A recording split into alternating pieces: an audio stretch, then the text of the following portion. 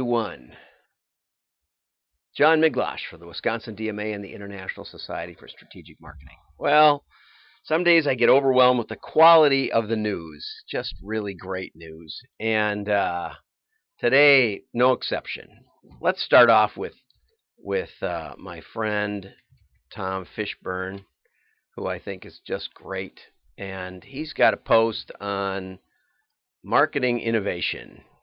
And apparently Steve Jobs used to go start walking off the stage when he showed a new product and then said, oh, just one more thing. And then he'd show the best part.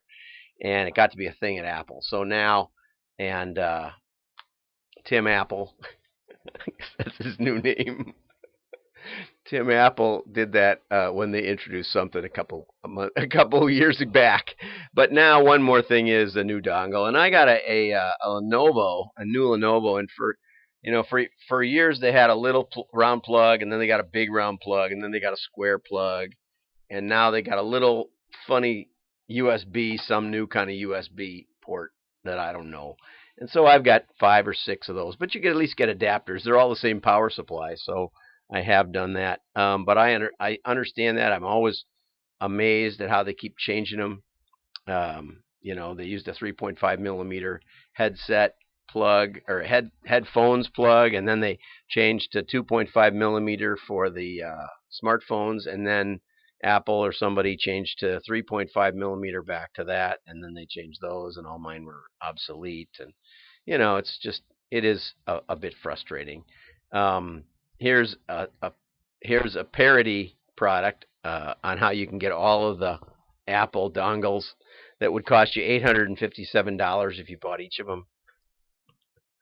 Yeah, I was trying to do a PowerPoint presentation from the new machine, and it's got a new Fire thingy, so it doesn't feed any of the video plugs. And if you get a special cord, which I got, which was 10 foot long to go to the projector, it doesn't work. But if you get the little dongle and then put an old HDMI in, it does work. It's frustrating. Which brings me to this one. New features. Here's the straight edge rater. Here's the double edge. I still use a double edge. I bought like 1,000 blades for $10 on eBay. But my son is down to about here, and it just keeps going. And the guy says, I think I'll keep the beard. Here's line extension.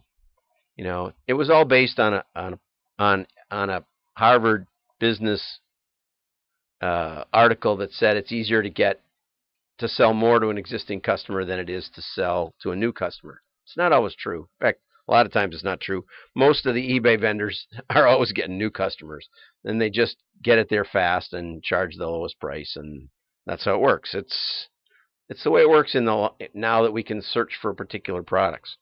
But anyway, Gillette, there was a really great, Mark Ritson had a great article about how this year's Gillette ad will be the worst. It'll trash its sales. And it was about, 2 kids kind of rolling around and the dad's standing and watching, I think. And, it just trashed men and dads and all that. So I like this one better. Here's Harry's Razors going to beat Gillette. Let's watch Harry Kane. Harry Kane's the star of the Tottenham Hotspurs, my favorite soccer team, and better than the NFL. I am not afraid. Not afraid to lead, to be criticized, to ask for help, to tell my daughters I love them. I'm not afraid to be myself. If that makes me different, I'll choose different every time. Yeah, good ad. Go get 'em, Harry's. I still love that ad with the big hockey players and the guy sings the Eensy Weensy Spider to his little girl. That's real man stuff. That's great stuff. Makes me cry. Okay, so now we get to the meat of today, which is, this thing. Never mind. I don't have to do that one yet. Okay, the meat of this one is everything is fake on the internet, and there's so much truth in it. But let's back up just a second before we get into this. So the CMO report came out lately, and I look at the CMO survey every year or every 6 months. And one of the great page 18 shows that internet sales fall below 10%. Now, I did a talk called The Power of Mail or something like that this summer, and I showed this graph. It was only to here, but I said, this hasn't gone up much. Internet sales has not moved since, they started tracking in 2009, and it really hasn't moved much. If you went to 2009, it was going like this. And so all of the projections were like this. Were like that. That's where it was going to go. And just to show you one of the projections, here's one where, oh, you can't see my cursor. But if you look at that dotted blue line, it's going to take over. And it's going to, from 2014, it's just going to keep going up. Because from 2009 to 2014, it had kind of gone up on that sort of scale. Okay? And there were all kinds of projections on how the internet was just going to take over. But look at, online revenues to pass print in 2012. And here's some more of them. Here's where it's going to go up, right? Up.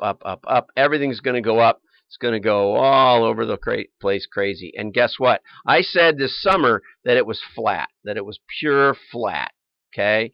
But actually, it's gone down. Okay? Down. Now let's go over to, is everything on the internet fake? Great talk by Samuel Scott. I'm going to have to get a hold of him. After 20 years of Google, Facebook, and Amazon disrupting everything, we now must disrupt the idea that what we see online is real. And I've spoken of this a little bit. If somebody uses an ad blocker and comes to your site somehow, doesn't show up in your metrics. But 50% of the fake web traffic bots do. Okay? Twitter, everything's fake. Every time someone switches cell towers, it looks like another user and inflates company user metrics.